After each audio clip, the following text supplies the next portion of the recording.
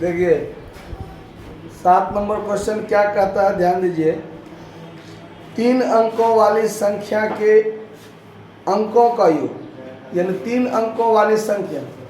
3 अंकों वाली संख्या क्या होगा, ऐसे ध्यान दीजिए। जैसे आप इकाई दहाई सैकड़ा प्रयोग करते हैं ना, तो 246, 345, 54 इस टाइप का जो संख्या हुआ ना, मतलब 100 से लेकर के 999 तक ये 3 अंकों वाली संख्या है। क्या है? 3 अंकों वाली संख्या है।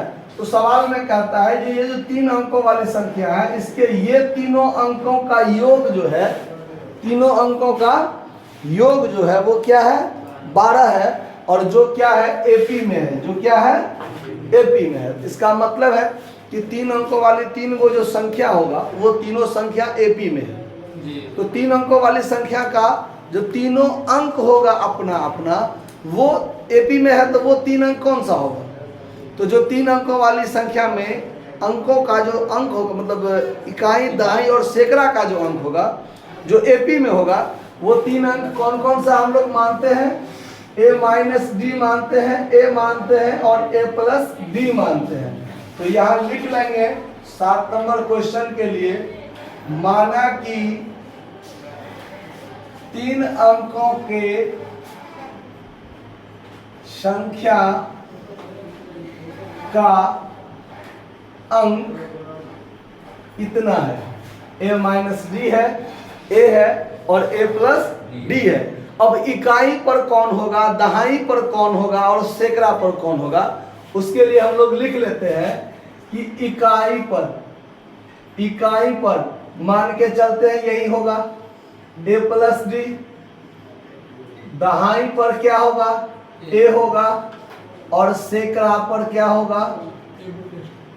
a माइनस डी होगा। ये तीनों संख्या हो गया, तीनों क्रम में हुआ ना। जैसे मान लीजिए सैकड़ा वाला सबसे इधर होता है, तो इसको सैकड़ा मान लिए।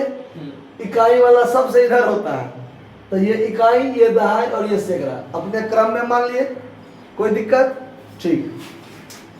अब देखिए, जब इकाई दहाई सैकड़ा का मान पता है और आपको कहेगा संख्या क्या होगा, तो संख्या आप क्या कीजिएगा? डायरेक्ट लिख दीजिएगा। जैसे मान लीजिए आपको पता है इकाई पर 2 होगा, दहाई पर 5 होगा और सैकड़ा पर 6 होगा, तो 652 आप डायरेक्ट लिख दीजिएगा? नहीं, इसका लिखने का तरीका होता है कि सैकड़ा के स्थान पर जो है उसमें 100 से गुना कीजिए, प्लस दहाई के स्थान पर जो है उसमें 10 से गुना कीजिए, प्लस इकाई के स्थान पर जो है उसमें 1 से गुना कीजिए, और इस तीनों को जोड़िए, तब 652 होगा। तो ये होता है संख्या के लिखने का तरीका। ठीक है। तो जब आपको इकाई दहाई सैकड़ा पता है, तो आपको कहेगा वास्तविक संख्या क्या होगा। यहां आ जाते हैं, वास्तविक संख्या, वास्तविक संख्या बराबर यदि आपको पूछे तो क्या होगा, तो जो सैकड़ा के स्थान पर है, यानी 100 गुने a माइनस बी, प्लस दहाई के स्थान पर है तो 10a, और प्लस इकाई के स्थान पर है तो a प्लस डी। ये होगा आपका वास्तविक संख्या। b लिखा गया, कोई बात नहीं, अब b लिख दीजिए।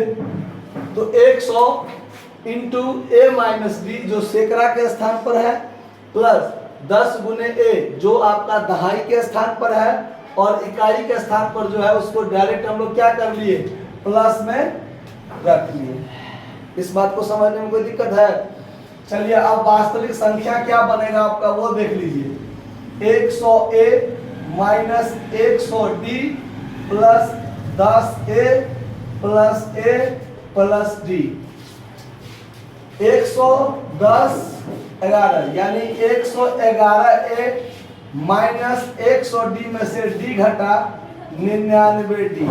ये हुआ आपका वास्तविक संख्या। क्या हो गया? ये आपका वास्तविक संख्या, जो आपने वास्तव में एपी के 3 पद में आपका जो संख्या का था अंक, वो आपका उस आधार पर जब आप संख्या बनाए तो आपका संख्या बना 111a माइनस 99d। क्लियर? फिर आगे सवाल में कहता है कि यदि अंकों को उलट दिए जाए तो वास्तविक संख्या में 396 की कमी हो जाती है। यदि अंक पलट दिए जाए, अंक पलट दिए जाए का मतलब जैसे यहाँ पर मान लीजिए 452 है, तो ये जो इकाई वाला है वो यहाँ चल जाएगा, ये वाला यहाँ आ जाएगा, बीच वाला तो अपने जगह पर रहेगा, इसमें तो कोई परिवर्तन नहीं। यानी जो सैकड़ा के स्थान पर है वो कहाँ चला जाएगा, इकाई के स्थान पर इकाई वाला चल जाएगा, सैकड़ा के स्थान पर दहाई वाला तो बीच में ही रहेगा, उसका क्रम बदलने का कोई चांस है नहीं। तो अब देखिए, अब यहां पर लिखते हैं अंकों का क्रम पलटने पर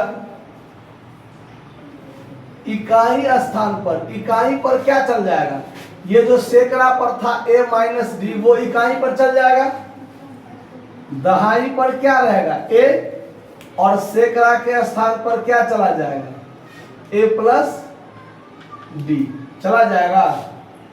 ये बात समझे आप लोग कि कोई दिक्कत है समझने में? इकाई वाला सैकड़ा बन गया, सैकड़ा वाला इकाई बन गया, दहाई वाला बीच में ही रह गया, तो संख्या बराबर। अब अंकों का क्रम पलटने पर इकाई दहाई सैकड़ा बन गया। अब संख्या क्या होगा वो देखिए, तो संख्या निकालने का तो वही तरीका, जो सैकड़ा में 100 से गुना कीजिए, दहाई में 10 से गुना कीजिए, इकाई में 1 से गुना कीजिए। तो यहाँ कर दीजिए 100 इंटू सैकड़ा वाला क्या है a plus D plus 10a और प्लस a माइनस डी, तो ये हो जाएगा 100a plus 100d plus 10a plus a minus D, 110 11 111 ये भी हुआ, और ये 100d में से d घट गया तब प्लस में 99d। ये हुआ क्रम पलटने पर बनी संख्या, और ये था आपका वास्तव में बनी संख्या। आया बात समझ में? अब देखिए, अब सवाल में क्या कहता है कि यदि हम क्रम पलट दें तो जो मेन संख्या है उसमें क्या होता है, तो 396 की क्या हो जाता है, कमी हो जाता है। मतलब ये कम है, ये क्या है कम है, और ये क्या है ज्यादा है ना। तो इसमें से इसको क्या कर देंगे, घटा देंगे, तो बराबर में क्या हो जाएगा 396 हो जाएगा। तो चलिए लिखते हैं according to question 111a minus 99d, इसमें से घट जाएगा 111a प्लस 99d, तो बराबर में क्या हो जाएगा 396। 111a minus 99d minus 111a minus 99d बराबर में 396। ये माइनस में प्लस में कट गया, तो माइनस में 198d बराबर 396, तो d बराबर क्या हो जाएगा 396 बट्टा माइनस 198। ये जब कट जाएगा तो बराबर में क्या आ जाएगा -2, यानी d बराबर क्या निकला आपको -2। d बराबर क्या निकला -2। आज अब a का मान कहां से निकलेगा, a का मान निकालने वाला हम लोग काम शुरू में किए ही नहीं। तीनों अंकों का योग क्या है 12, सवाल में था ना, तीनों अंकों का योग क्या है मतलब 12 है। इस तीनों को जब हम जोड़ लेंगे तो 12 होगा। तो चलिए यहां पर लिख देते हैं, चूंकि अंकों का योग कितना है 12 है, इसीलिए a minus D plus a और प्लस a प्लस डी बराबर क्या है 12। तो ये माइनस प्लस कट गया, 3a बराबर कितना 12, तो a बराबर 12 बट्टा 3 हो जाएगा, तो कट के कितना है a बराबर कितना। अब a का मान हो गया, d का मान हो गया। तो अब चलिए वास्तविक संख्या बराबर, वास्तविक संख्या बराबर दो तरीका से आप निकाल सकते हैं, या तो तीनों अंक निकालिए, तीनों अंक निकालिए और फिर इस फॉर्म में जो है ना 100 से गुना कीजिए, 10 से गुना कीजिए, जोड़िए, एक तरीका। दूसरा वास्तविक संख्या आपको पता है कि इतना होगा, है ना, तो यहाँ वास्तविक संख्या बराबर क्या है आपका 111 a माइनस 99d। तो 111 में 4 से, यानी a का मान 4 है ना, 4 से गुणा कीजिए माइनस 99 इंटू कितना -2, तो 444 प्लस में हो जाएगा 198। तो 8 4 12 के 2 हाथ में 1, 9 4 13 1 14 के 4 हाथ में 1, 4 1 5 1 6। ये आपका क्या हो जाएगा वास्तविक संख्या हो जाएगा। देखिए ये तीनों क्या है एपी में है ना, तीनों अंक एपी में है और तीनों का जोड़ क्या है 12, 6 4 10 2 12 हो गया ना। तो ये आपका बन गया सवाल। धन्यवाद।